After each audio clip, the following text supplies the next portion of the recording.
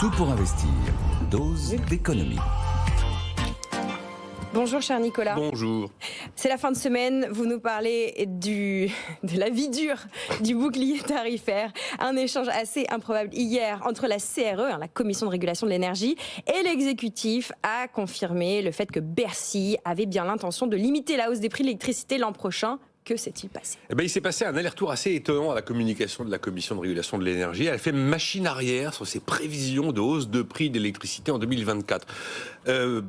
Première séquence, la CRE nous dit la hausse sera entre 10 et 20%.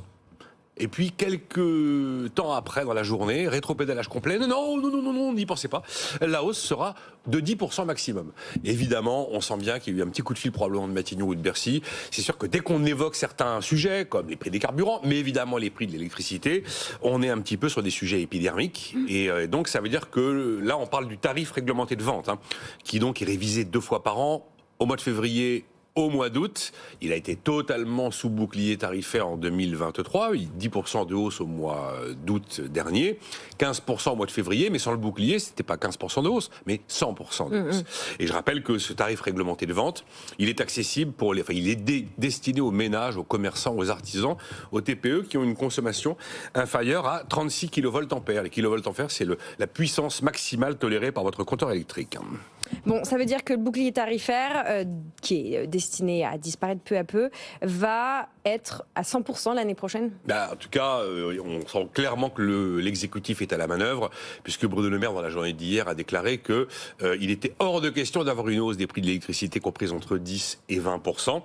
Sous-entendu, le bouclier, évidemment, va limiter la hausse au mois de février, au début du mois de février, et donc cette hausse sera un maximum de 10%. Et même Agnès Pannier-Runacher, ce matin, est allée encore plus loin, puisqu'elle a indiqué que la hausse des prix de l'électricité, il y aurait une hausse bien sûr en 2024, mais elle serait de maximum 10% sur l'ensemble de l'année. Ce qui veut dire que oui, effectivement, le bouclier tarifaire va tourner à plein régime. Alors on aura des chiffres un peu plus affinés au mois de janvier prochain, puisque pour calculer l'évolution du TRV, le tarif régulé de vente, il faut prendre les données des 2 années précédentes cumulées, donc il faut attendre que 2023 se soit écoulé sur 12 mois.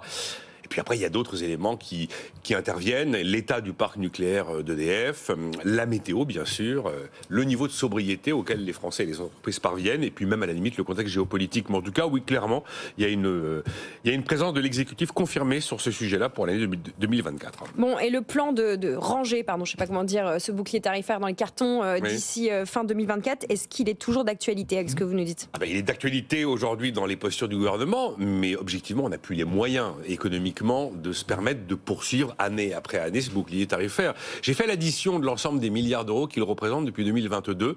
On arrive au total à 55 milliards d'euros fin 2024, en tenant compte de l'estimation de Bercy à hauteur de 12 milliards en 2024, 55 milliards d'euros en l'espace de 3 ans d'argent public englouti pour subventionner l'énergie en France. Surtout que vous avez vu que la croissance a été révisée à la baisse pour 2024. Elle a été révisée à la baisse d'1,6 à 1,4%, et la BCE a encore monté ses taux d'intérêt, ce qui va, on le sait, alourdir la charge de la dette. Sur le terrain purement économique et budgétaire, on n'a absolument plus les moyens de le poursuivre au-delà de 2024. Déjà 2024, c'est vraiment un luxe que l'on s'offre, mais il y a le terrain politique. Et ça veut dire que vous, d'un coup d'un seul, vous laisseriez l'ensemble du marché se retrouver dans des prix de marché, justement.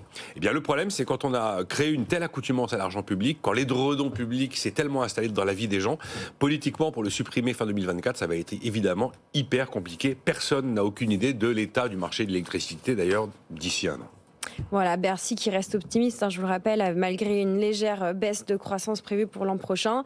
Voilà, merci beaucoup Nicolas Dos pour cet éclairage. La fin du bouclier tarifaire à suivre.